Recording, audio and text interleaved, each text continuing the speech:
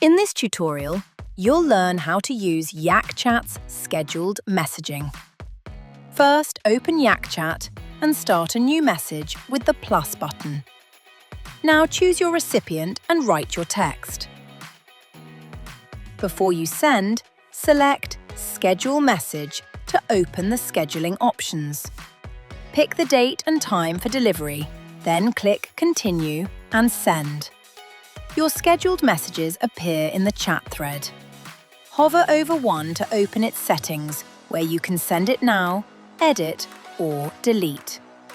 If you choose to edit, you can adjust the message text or change the scheduled date and time. When everything looks right, confirm with the tick to save your changes. Thanks for watching. If this was helpful, please like and subscribe for more YakChat tips.